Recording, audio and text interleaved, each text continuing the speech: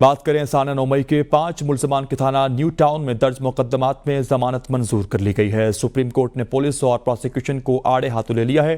क्या रैली निकालना या सियासी जमात का कारकुन होना जुर्म है? क्या एक हेड कांस्टेबल के बयान पर साबिक वज़ीर-ए-आज़म को गद्दार मान लें? मुलजमान के खिलाफ क्या शवाहिद हैं?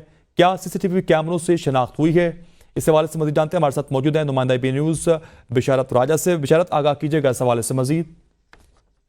जी, 9 मई के 5 मुलजमान के थाना न्यू टाउन में दर्ज मुकदमा में जमानत का जो है वो केस था, उसकी जिसकी समाअत जस्टिस जमाल मंदोखैल की सरबराही में 3 रुकनी बेंच ने की है। और इस मौके पर सुप्रीम कोर्ट ने पुलिस और प्रोसिक्यूशन को आड़े हाथों ले लिया। जस्टिस जमाल मंदोखैल का ये कहना था कि क्या रैली निकालना या सियासी जमात का कारकुन होना जुर्म है? तलबा यूनियन और सियासी जमातों पर पाबंदियां लगाने से ही आज ये बर्बादी हुई है। जस्टिस जमाल मंदोखैल का ये भी कहना था कि क्या एक हेड कांस्टेबल के कहने पर साबिक वज़ीर-ए-आज़म को गद्दार मान लें, खुदा का खौफ करें, ये किस तरफ जा रहे हैं? मुलजमान के खिलाफ क्या शवाहिद है? क्या सीसीटीवी कैमरों से शनाख्त हुई है? जिस पर तफ्तीशी अफसर का कहना था कि हमजा कैंप समेत दीगर मकामात के कैमरे मुजाहिरीन ने तोड़ दिए थे, जिस पर जस्टिस जमाल मंदोखैल ने कहा कि इसका मतलब है मुलजमान के खिलाफ कोई सबूत नहीं, सिर्फ पुलिस के बयानात है। मुकदमा में दहशतगर्दी की दफात क्यों लगाई गई? जिस पर पंजाब हुकूमत के वकील ने कहा कि मुलजमान ने ISI कैंप पर हमला किया, जिस पर जस्टिस जमाल मंदोखैल ने कहा आपको फिर इल्म ही नहीं कि दहशतगर्दी क्या होती है। दहशतगर्दी साना आर्मी पब्लिक स्कूल पेशावर और कोयटा कचहरी में हुई थी। रैलियां निकालना कहाँ से दहशतगर्दी हो गई?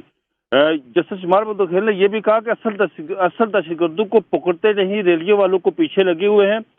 जिस पर तफ्तीशी अफसर ने अदालत को बताया कि मुलजमान ने अपने लीडर की गिरफ्तारी पर साजिश के तहत असास अदारों पर हमले किए।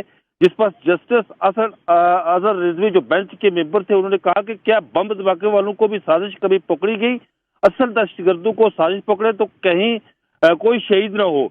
जिस पर जस्टिस अजहर रिजवी ने यह भी कहा कि सीसीटीवी कैमरों की रिकॉर्डिंग महफूज होती है, लोग मोबाइल से भी वीडियो बनाते हैं। जिस पर पंजाब हुकूमत के वकील ने कहा कि मुलजमान से पेट्रोल बम बरामद हुए, फायरिंग का भी इल्जाम है। जिस पर जस्टिस अजहर रिजवी ने कहा कि पेट्रोल बम कौन कहां से लाया, घर से तो कोई ला नहीं सकता। तफ्तीश क्या कहती है? अदालत ने 5 मुलजमान जो थे उनका जमानत मंजूर करते हुए उन्हें फौरी रिहाई का हुक्म दिया। जी।